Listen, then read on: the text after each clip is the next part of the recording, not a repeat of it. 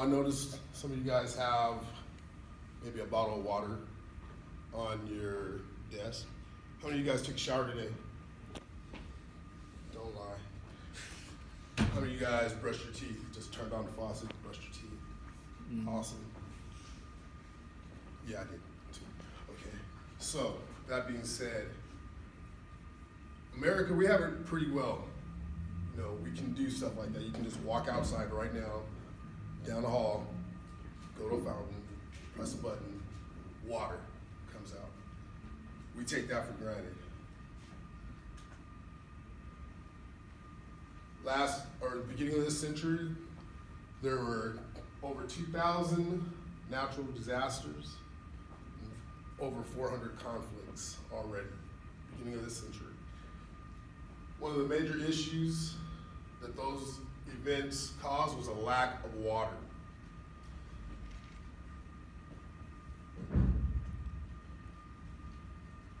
We might think that it doesn't affect us because it doesn't happen here quite often. But this is right now just maybe about 8 to 1,000 miles south of us in California. This nation's most populous state and the world's 5th largest economy. They're going through a 10-year drought. They have several counties on water rations. Last year, Kern County, one of the biggest counties in the state of California, just got off water rations for the first time in 5 years. That's coming from Science Daily. Can you believe that right here in America?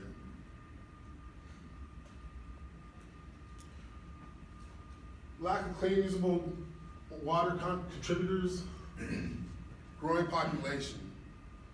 Current world population of 7.6 billion is expected to reach 8.6 billion people in 2030.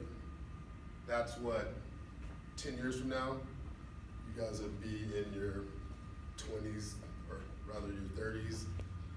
I'll be in an old folks home. Pollution. More than 80% of wastewater, and you just talked about that in several other presentations.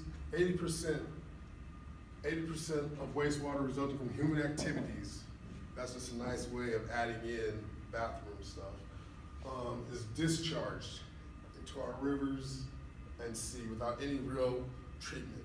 Okay, I used to work at a water treatment plant, and for the first week, I would get sick every day just from the fumes and the chemicals used. I couldn't smell anything for 2 weeks.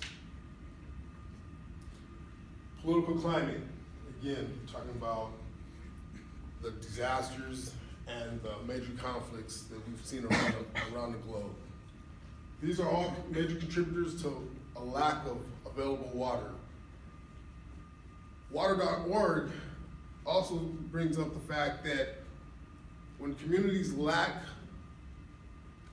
close proximity to clean water, one of the major groups affected by this, believe it or not, women and young girls.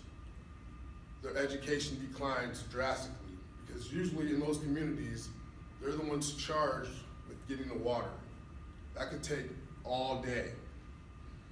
Because of that, they don't get to go to school. The whole community, the education does not rise. And it's been a proven fact, Harvard University did a study, a proven fact that when women are educated, communities do better overall. As a father with 2 daughters, I was really interested in that. Anybody know what that is, or where this might be? This is in the center or down south of our great nation, Hurricane Katrina. When Hurricane Katrina struck New Orleans, we had over 3,000 people in the Superdome without water for 5 days. After 3 weeks without water, you die. They were 2 weeks away from dying because of water in what's supposed to be the world's richest country.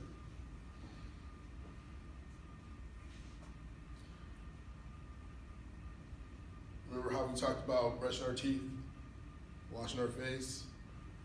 This is what people in Flint, Michigan get to use to wash their face and brush their teeth.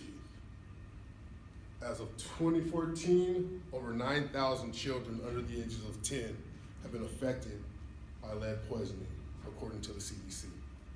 That's just in Flint, Michigan, which is right outside Detroit, Michigan, home of the big three automakers, who in 2005 were given bailout money by taxpayers like us so that they wouldn't go bankrupt. So what are the challenges we face in making sure that we can attack this this problem and this issue, not just here in the United States, but also globally? Education.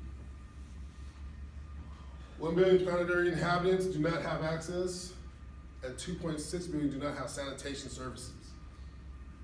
When you think about that in those kind of terms, saving water is not a big deal. Cut your shower in half.